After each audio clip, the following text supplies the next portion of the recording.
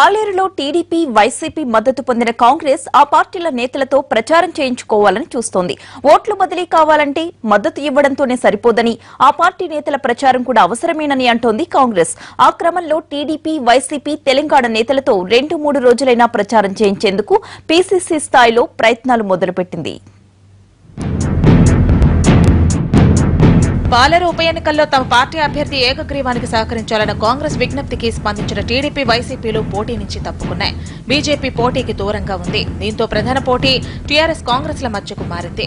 Narayan Khed bypoll సందర్భంగా ఇలా అడగకుండా దెబ్బతిన్న కాంగ్రెస్ ఈసారి కాస్త ఆలస్యంగా అయినా మేల్కొంది. PCC chief Uttam, working president Bhatti ప్రతిపక్ష నేతలను కలిసి తమ ప్రతిపాదనకు మద్దతు ఇవ్వాల్సిందిగా కోరి సక్సెస్ అయ్యారు.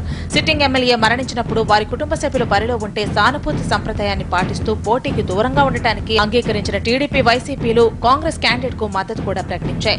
గత ఎన్నికల్లో ఇక్కడ టీడీపీకి 46,000కు పైగా ఓట్లు పడ్డాయి. అలాగే వైసీపీకి పాలేరులో చెప్పుకోదగ్గ సంఖ్యలో ఓట్లు ఉన్నాయన్నది కాంగ్రెస్ లెక్క.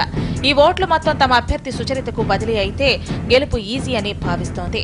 పోటీలో లేని ఆ పార్టీల ఓట్లు చీలిపోకుండా ఉండాలంటే ఆ పార్టీ నేతలు ప్రచారానికి రావాలంటోంది కాంగ్రెస్. వైఎస్ఆర్ పార్టీ కానీ టీడీపీ వారు సపోర్ట్ చెప్పిందని మేము స్వాగతం కూడా చెప్పినాం.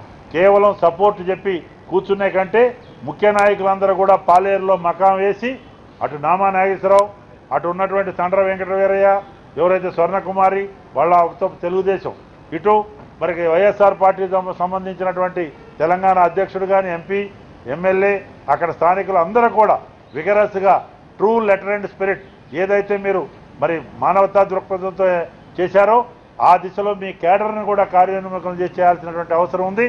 ఆ రకంగా చేయాలి అని చెప్పి సందర్భంగా విజ్ఞప్తి చేస్తున్నా. TDP working president Revanth Reddy, Nama Nageswararao, Sandra వంటి వారితో పాటు వైసీపీ తెలంగాణ అధ్యక్షుడు పొంగులేటి శ్రీనివాసరెడ్డి సహా ఆ పార్టీ సీనియర్లతో 2-3 రోజుల పాటు పాలేరులో ప్రచారం చేయించేందుకు ప్రయత్నాలు చేస్తోంది కాంగ్రెస్. ప్రచార గడువు ముగిసేలోగా వారిని రప్పించేందుకు మంతనాలు కొనసాగిస్తోంది. చూడాలి కాంగ్రెస్ స్ట్రాటజీ ఎంతవరకు వర్కౌట్ అవుతుందో.